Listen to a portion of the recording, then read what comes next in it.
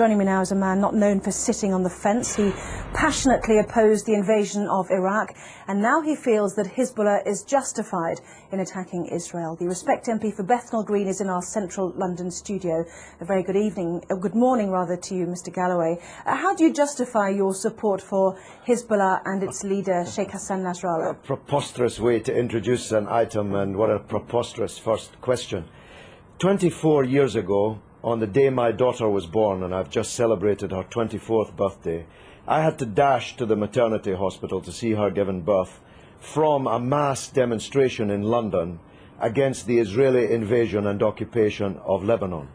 Israel has been invading and occupying Lebanon all of my 24-year-old daughter's life. The Hezbollah are a part of the Lebanese national resistance who are trying to drive, having successfully driven most Israelis from their land in 2000, Israel from the rest of their land, and to get back those thousands of Lebanese prisoners who were kidnapped by Israel under the terms of their illegal occupation of Lebanon. It's Israel that's invading Lebanon, it's Israel that's attacking Lebanon, not Lebanon that's attacking Israel. You've just been carrying a report of 10 Israeli soldiers on the border getting ready to invade Lebanon, and you ask us to mourn that operation as if it were some kind of war crime. Israel is invading Lebanon and has killed 30 times more Lebanese civilians than have died in Israel. So it's you who should be justifying the evident bias which is written on every line on your face and is in every nuance of your voice and is loaded in every question that you ask. Right. You put your finger on the button, though, didn't you, when you said that Hezbollah was set up back in the 1980s in order to remove every Israeli soldier from Lebanese soil. As you said, it achieved that in 2000. No, it didn't. This is a setback. No, it didn't. It didn't. This is a key point that you're concealing from your viewers. Israel was forced out of most of the south of Lebanon in 2000. It still occupies a part of Lebanon since 2000. The Shebaa Farms area, which is subject to this latest UN draft resolution. Thousands of Lebanese prisoners have been kidnapped by Israel. Hezbollah I spoke just a moment ago to the Israeli Foreign Ministry spokesman who said that the 3 Lebanese who have been captured, perhaps you'd like to use that word, have been before a judge and been through a court of law. Oh, please, have a slightly longer memory than 4 weeks. I'm talking about the thousands of prisoners taken during the 18 years of Israeli occupation, illegal occupation of South Lebanon. These are the prisoners that have to be released in exchange for the Israeli soldiers that were captured at the beginning of this wave of the crisis. Can I ask you about a report that's in today's Sunday Telegraph, which showed that Iran has given Hezbollah long-range missiles capable of targeting any part of Israel. Iran, according to this Iranian MP who helped found Hezbollah, has also said that Iran has given the authorization to target Tel Aviv. Can you blame Israel for wanting to destroy those missiles? But this is preposterous. America has given Israel missiles that can target not just every city in Lebanon, but every city in the Arab and Muslim world, including Iran. Why should America be allowed to give long-range missiles to Israel, including hundreds of nuclear missiles, but Iran is not allowed to give missiles? Because it's given it to a terrorist organisation. But they're not a terrorist organisation. Only in the mind of Rupert Murdoch's Sky and the Times and the Sun and the News of the World. I'm going to stop you there, Mr. Galloway. Prescribed terrorist organisations. One man's terrorist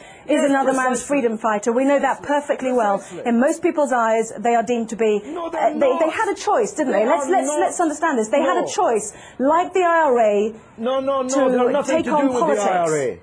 Listen, Anna. I'm saying they had a choice to absorb the idea of politics. They've got 2 Hezbollah cabinet ministers. Anna, one man's terrorist is another man's freedom fighter. You are totally wrong in saying that in most people's eyes, Hezbollah are terrorists. In most people's eyes, Israel is a terrorist state. It's the fact that you cannot comprehend that fact that leads to the bias which runs through all of your reporting and every question that you've asked me in this interview.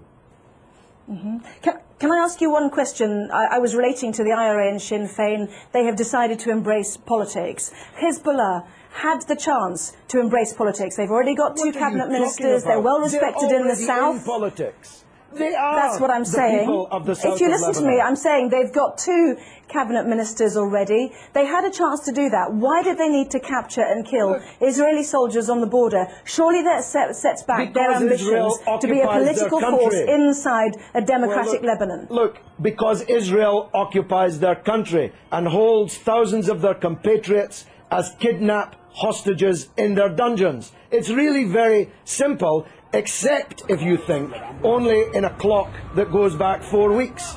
If you know, and you're old enough to know better, that the origins of this conflict are not 4 weeks or 4 years or 14 years, but are decades old. You want people to think that the crisis started when the clock started ticking on Sky News. No, I don't. I don't the people in Lebanon I want to know ask you differently. I want to ask you one final question. Do you think that the 4 weeks that we've seen, as you mentioned, the 26 days of this crisis, has set back Hezbollah's ambitions? Not only are Israeli soldiers now over the border. Let me finish. Would you mind letting me finish, please? Not only are Israeli soldiers over the border in sizable numbers, but also there claims to be a good political organisation to help a democratic Lebanese government with the Syrians who've also now left an independent state. That has also come to blows as well. What a silly question. What a silly person you are. Hezbollah is winning the war. You can see it on the other half of the screen. Hezbollah is more popular today. That was not my question. Hezbollah is more popular today in Lebanon, amongst Christians, amongst Sunnis, amongst Shiites, amongst all Arabs, amongst all Muslims, than it has ever been. It's Israel who's lost the war, and Bush and Blair, for politically organising the war, who've lost politically. This is a defeat for Bush and Blair and Israel. Everybody but you can see it. Let me separate out that question then. Is it a setback, given that Hezbollah was set up in order to get Israeli soldiers off Lebanese soil, that there are now more Israeli soldiers on Lebanese soil than there were 26 days ago? Well, they seem to be getting a bloody good hiding on the other half of the screen that I'm watching. Maybe you can't see it, but I'm watching them getting a bloody good hiding in the war. So if that's a success, I'm not sure what a failure would look like. The reality is that this conflict will go on. The United Nations resolution solves nothing, gives Lebanon nothing, gives the prisoners in Israeli dungeons nothing, and as Anne Clewid, my erstwhile colleague, was just saying, Israel has just kidnapped even more Palestinian politicians, cabinet ministers, members of parliament, and thousands of others held in Israeli dungeons, and this war will continue until the overall settlement is reached. That settlement must mean Israeli withdrawal from all occupied territory that it currently holds since the war in 1967, the release of all political prisoners, and a state for the Palestinians with East Jerusalem as its capital. No justice, no peace. You're not going out of business as a newscaster in Jerusalem anytime soon, believe me. Well, as usual, you have prompted a huge email response, both for and against you, Mr. Galloway, so we'll leave it there. I have to say that some people might find it offensive when more families are mourning their dead to hear you say that it was a bloody good hiding. So you don't give a damn. You don't even know about the Palestinian families. You don't even know that they exist.